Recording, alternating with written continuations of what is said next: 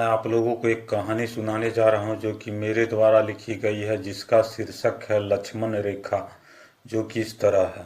डाकू पंचम, जो कि एक बार घर से यह कह के निकला था कि मैं जंगल जड़ी बूटी लाने जा रहा हूँ, लेकिन उसके बाद से वह कभी घर को लौट के नहीं आया, क्योंकि वह अब डाकू बन गया है। उसके दर्जनों साथी उसके सहयोगी बन गए हैं। जीवन भर वह लूटपाट मारकाट करता रहा और लूटी सारी अकूत संपत्ति को पहाड़ के ही एक गुफा में जमा करता रहा। सभी डाकू दिन भर लूटपाट किया करते और शाम ढलते ही वही गुफा में लौट आया करते। पंचम डाकुओं का सरदार था, क्योंकि सभी डाकुओं में वो सबसे ताकतवर और अक्लमंद था। सभी डाकू दिन रात पंचम की सेवा भी किया करते थे। वर्षों तक लूटपाट करने के बाद पंचम अब बूढ़ा हो चला था।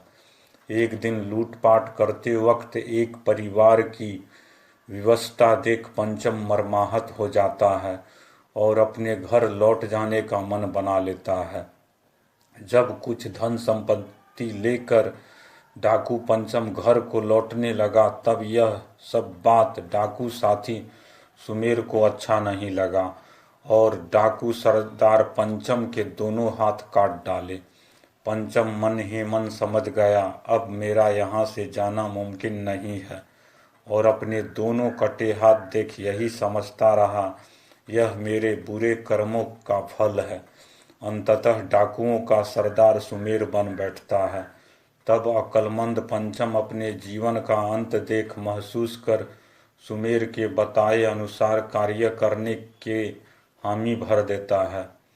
चूंकि पंचम के दोनों हाथ नहीं रहे, इसलिए वह इन गुफाओं की रखवाली करने की बात कहता है, जिसमें सुमेर हामी भर देता है। डाकू दिन भर लूटपाट किया करते और पंचम दिन रात गुफा के अंदर अकूत संपत्ति के पास ध्यानमग्न होकर शिव आराधना किया करता। जब इसका कोई फायदा नहीं हुआ, तब वह गूंगा रहकर शिव आराधना करने का मन बना लेता है।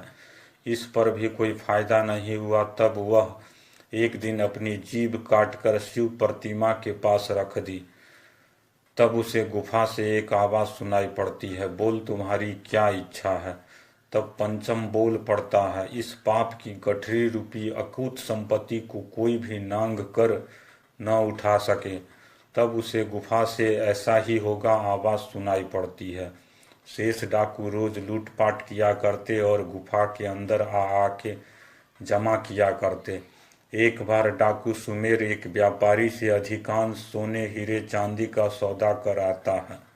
जब गुफा के पास खड़े होकर अपने दर्जनों साथियों से कहता है, सारी संपत्तियों को बोरे झोले में भर लाओ, तब उसके सारे साथी गुफा के अंदर जाते ही भूल जाते आखिर वो अंदर क्यों गए हैं।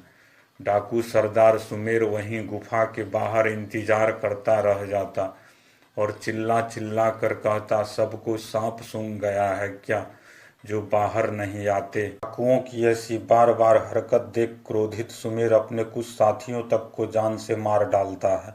कई दिन बीत गए, डाकू सुमेर को भी कुछ समझ में नहीं आता ये सब क्या हो रहा है। अंततः एक दिन वह एक साधु के पास जाता है और उसे सच का पता चल ही जाता है। साधु के सलाह पर वह अपने साथियों के साथ पहाड़ खोदकर गुफा के नीचे तक पहुंचने का मन बना लेता है। सुमेर सहित उसके साथी दिन रात पहाड़ को खोदा किया करते। उसके कुछ साथियों की मौत पहाड़ खोदते वक्त हो जाती है। अथक प्रयास के बाद सुमेर और उसके कुछ साथी गुफा के अकूत संपत्ति तक पहुंच ही जाते हैं। अपने साथियों के साथ अपनी सारी अकूत संपत्तियों को बोरियों झोलियों में भर ही डालते हैं। सुमेर को लालच आ जाती है, वह अपने सारे साथियों को वहीं मार डालता है।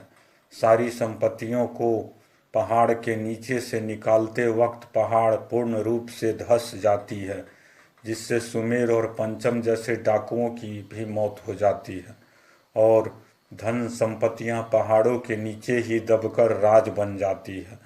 दोस्तों, यह कहानी हमें यह सिखलाती है कि पाप के कर्मों से जमा किया हुआ अर्जन कभी भी फलीभूत नहीं होता है।